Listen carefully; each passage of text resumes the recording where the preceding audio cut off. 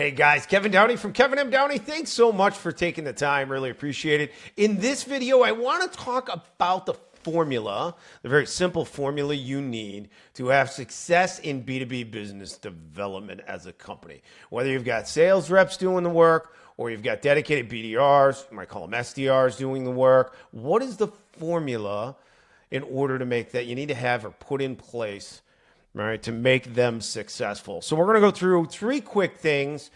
And the formula is, I'll tell you right now, the formula is pretty simple, right? Reps need a targeted list, right? They need a pitch and a process, kind of all the same thing, all right? And then you've got to have activity. They got to make the calls, which is a very important point. And we're gonna touch on that last part kind of at the end of the video, because a lot of times what we see companies doing is putting the wrong people in place to do that cold outreach. And I'm going to show you why when we look at Aptive Index and assessment of sales talent and the basic profile of a farmer versus a hunter versus a dedicated BDR, for example. Okay, so let's take a look at the three parts, right? So here's an example of a targeted list, right? Really, really simple. What are we trying to do? We want to identify companies, right? So we're going to use industries and or keywords in, let's say, Apollo. We're going to look at employee count to identify size. We could also use annual revenue. We're going to target geographically, right? So we're going to do that. So all of that has to do with, again, and there's all kinds of different ways that we build lists for clients. We can go by technologies they're using in the company, whether or not they've got certain jobs or have had certain jobs posted, whether or not they have a particular title or person in the company currently. We can do all kinds of different things to identify the company. But the first thing to build a list is you have to build you have to use the tool to identify the right companies. Right? Then the second part when building that targeted list is the titles. That is the people that you're going to call on. So in the case of this client, for example, we're looking at titles like procurement, sourcing, purchasing, purchaser, supply chain, facilities manager or management, operations manager, office manager, operations director. Those are the main titles that we are looking to get to. Right? And that is how you build a targeted list. We want to keep it as refined and targeted as possible. We don't want to call on everybody, right? Reps are expensive. We want them to be focused and targeted. More so, it's even almost more important than email, because with email, you've got a very limited cost factor. Now, there's all kinds of arguments as to why that needs to be targeted as well. But with reps, they're really expensive. So we don't want to waste time, right? There's all kinds of small business owners we could call on for, let's say, with this client. That doesn't make sense when a rep only needs a handful of 5,000 contacts to be calling on as a permanent list, or at least for the better part of a year. We want to target the people that we know we can get to, a better opportunity that would manage that kind of thing. An owner, for example, isn't going to care about what this client's offering is. Like they can say yes or no to it, but at the end of the day, they're busy. It's not something they're really going to deal with, right? So anyway, targeted list, very important, okay? Second part is we need a pitch and a process, okay? So what does our pitch look like? Keep it simple. Talk about this in another video, a podcast I was on recently. Keep it simple. It is outbound calling is very similar. Strategy is very similar to cold email. We are trying to elicit a response. We want to identify a decision maker with a pain point, right? All we're trying to do. So the first step is obviously the research part. If you're targeting companies with a lot of different employees in different departments or in a department, and you've got to try to identify the right person to get to, that's one part of the process, right? But then our pitch, where I see companies really challenged, I see them go way too deep with their BDR, especially with BDRs on outbound. All pages of script and objection handling and all this stuff, making it way too hard. Keep it simple, right? Johnny, do you have this pain point? If you do, we can help you solve it. This is a little bit about how. This is what I want you to do next. This is what I want to do next. I'm going to send you over our basic information along with a link to a calendar. And after you look things over, right, you can schedule a call. Okay, great. I'm going to, with a rep on the phone, and that's the same thing we're doing in email, by the way. But with a rep on the phone, the difference is we can send that information while we have the prospect on the phone, give them the call to action, and then keep them on the phone, if possible, to try to move the needle. Get them to a scheduled call. Have them look at it while we've got them on that phone so we can take 2 steps and turn it into 1, right? We can't do that with email, right? It doesn't work. In email, all we're trying to do is identify a decision maker with a pain point by eliciting a response, okay? Cold outreach with a rep is the exact same pitch, but again, we can take that positive response and then move the needle by gathering intel. So let's say we say, I've got, basic literature and information I want to send over, catalog, price list, whatever it is. I want to send that over, and I'm going to give a link to a calendar. And after you take a look at it, right, if you're interested, go ahead and you can schedule a call. But I'm going to send that now. Can you hang on to the phone and let me know you got it really quick? You'll get a lot of people to stay on the phone and be able to tell you if they got the email. So now you're going to send it, john@abccompany.com, right? We're going to send that information along with a call to action, but then the rep is going to use a while I have you strategy, right? So John, you got that? Great. Hey, while I have you, let me ask you a quick question. Now we're going to dig in, gather intel, and try to move the needle, gather more information to try to qualify them, to try to move them to a scheduled call with sales, or if it's a sales rep, just try to move the needle, okay?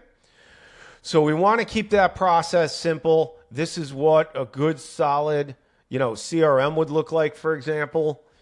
Want to keep it relatively simple, okay? All right, so we got targeted list pitch and process, and now we need the key component, probably the most underrated component. We need the rep to make the calls. Activity breeds business, right? So what do we see as a problem in B2B? In B2B, this is actually what I would call epidemic problem in not just the United States, but really all first world countries. When I deal with international companies in what I would call upper tier economic countries, Western Europe, Australia, United States, Canada, we hear the same stories. It's all the same thing, right? They go out and they hire, especially when they're hiring hunters rather than farmers. They go out and hire a rep. They all hire off a resume and experience in the industry because they think that's the ticket to success. They don't build them a process. They hire a rep that's not built for outbound cold outreach, and the rep maybe gets a couple low-hanging fruits from their quote-unquote network, previous customers, whatever. But beyond that, they don't move the needle. Or in a lot of cases, they don't move the needle at all. Why? Because the rep's not built for cold outreach. It's not built for outbound, right? So let me show you some examples. When we're recruiting in the United States, for example, for clients, recruiting sales, business development reps, any sales team member, we can gather, and I talk about this in our pricing video, but we can gather assessment or video introduction from the rep. Some clients still want video introduction. It makes their process easier, but I definitely prefer that the client gets assessment. Aptive Index is what we use. Why? Because we can identify whether or not that person is built for sales and what type of sales, which is really important. Let me show you. Farmer sales rep profile looks like this, right? High sociability. Farmer sales, by the way, if you're not familiar with the lingo, farmer sales would be an account executive or an account manager who, whatever the title is, could be sales representative, who has an ongoing relationship with the customers, builds a book of business, and then they're always cross-selling, upselling, reselling, filling in inventory. They are calling on that customer on a regular basis. It could be quarterly, it could be monthly, it could be weekly for that matter. I don't care. But if they have an ongoing relationship with the customer, then they are a farmer, right? That farmer profile, we're looking for high sociability. This is influence, sociability, consistency, precision. Okay, we're looking for high sociability. And there's some other things. I get into this in other videos. Okay, but we want high sociability. That's a farmer. Here's a hunter. A hunter is not doing cold outreach. That's not what they're built for. And I'm going to show you a BDR in a second. You'll understand why. A hunter is somebody who is taking leads from BDR team or from marketing that's driving them leads. They are following up with those leads to get them on a scheduled call or calls and present a solution to the customer with an attempt to get paper, right? Get them as a customer. But the hunter sales rep is not communicating with or they do not have an ongoing relationship with the customer. Once they get paper, they're basically done. They maybe have an annual renewal or something like that for certain industries, but there's someone else that's doing fulfillment and regular order taking and client support, customer support type team, account management type team, like a farmer team inside. The hunter sales rep's not managing the customer on an ongoing basis. They're not making regular contact with the customer. So we don't care about sociability that much. What we're looking at influence. We want high influence, high intensity, right? They want to go chase those leads, present and close. They want to win the game with their influence and their intensity. We're not worried about sociability. It's not the same thing. Okay? The biggest mistake B2B companies make is they go out in hunter sales model companies, and every company is either a farmer sales model or a hunter sales model. It's one or the other. The biggest mistake we see in companies, and have seen it forever, is when they're going to hire, they need more customers. Instead of hiring dedicated BDRs, they think, oh, we got to go hire a sales rep. So they go and they think they got to find a hunter type sales rep. They think hunting means business development. This is the biggest misnomer in all of sales and sales recruiting in the United States.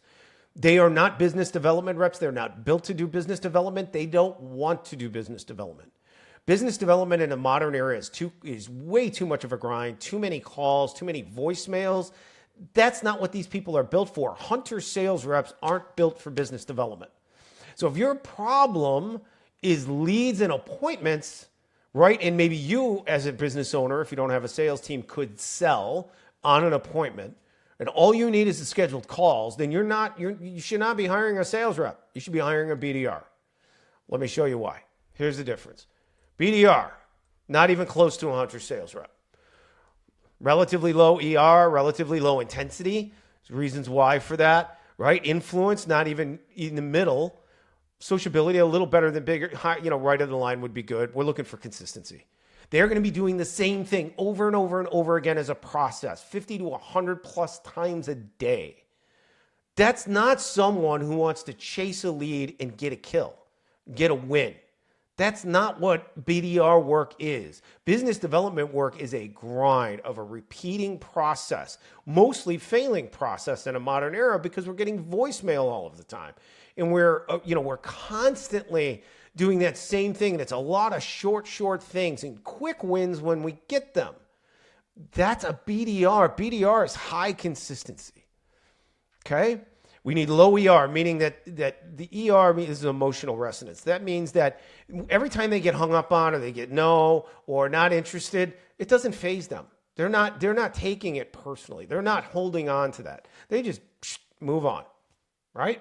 They're just banging phone calls, right? That's what we want in hardcore business development when we are hiring, right? So when going back to the formula, right, we need a targeted list. We need a pitch and a process, and we need activity.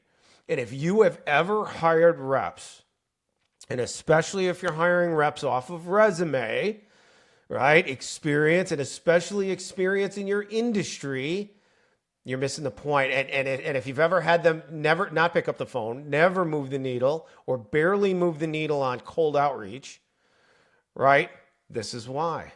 They're not built for it. If they're a hunter sale or a farmer sale, right? And more people are farmer sales reps than hunter sales reps, by the way. If you want to look at sales talent overall and what they're built for, a lot of times companies hire farmers for hunter sales type models, and it doesn't work very well because they're not built for it. They don't work that way. They want the ongoing relationship with the customer. The hunter sales rep doesn't want that. They feed off of influence and win. They want to win the game, and they want to move on. That's what they're built for. So the hunter and farmer sales model in your company, that's how you hire reps. But remember, right? We can hire farmer sales reps and have them do their own cold outreach if they're going to build a book of business because there's light at the end of the tunnel. It's not necessarily the most effective way to do it, but I can understand it, right? I can say, that's okay. If you need sales reps and it's a farmer sales model, do we want to have hire the reps and have them do their cold outreach? You can, right? It can make sense. You can get them to grind through the fact that they're not built for it simply by the fact that they have an end game there, right? They have a light at the end of the tunnel. But when we're dealing with a hunter sales model, that doesn't make any sense. Reps are really expensive, right? Especially really good sales professionals, and they're not built for cold outreach. It's not what they want to do, right? So in a lot of companies, the problem we see is we don't get the activity. They don't make the calls. And companies waste months of salaries on these reps because they had the resume, they had the industry experience, right? And we've heard the phrases for years, the same stuff over and over and over again. Oh, well, our industry's different. We're unique. We're relationship based. Cold outreach is the same for every industry in B2B. I don't care what industry you're in. Doesn't matter. Now, does it help in very few industries? Does it make a difference where we need certain background, not industry experience, but background, be able to train them on your products and services? Yes. Things that involve chemicals and certain medical things and very unique industrial things, background on some of that so the learning curve doesn't too long is helpful. And some could argue in very few industries necessary. But I hear this way too often from way too many business owners. Well, we're looking for a rep with, that has a bit of a network and experience in our industry. Why? They're not built for cold outreach anyway. They want to sell. So what are they going to do? They're going to have 20, 30, 40 customers, people to talk to. They might get a customer or two for you. Then what are they going to do? If they can't do business development, what are you going to do with them? Right? And that is what, so again, formula for all of this, right? For B2B business development is you got to have a targeted list, you got to have a pitch and process, and you have to have activity, which means you need the right kind of rep for that task. Okay. Hopefully that helps you. If you have any questions, you want some help, reach out to us, kevinmdowney.com. Thanks for being here today. Best of luck in business, and we'll talk to you soon. Thanks.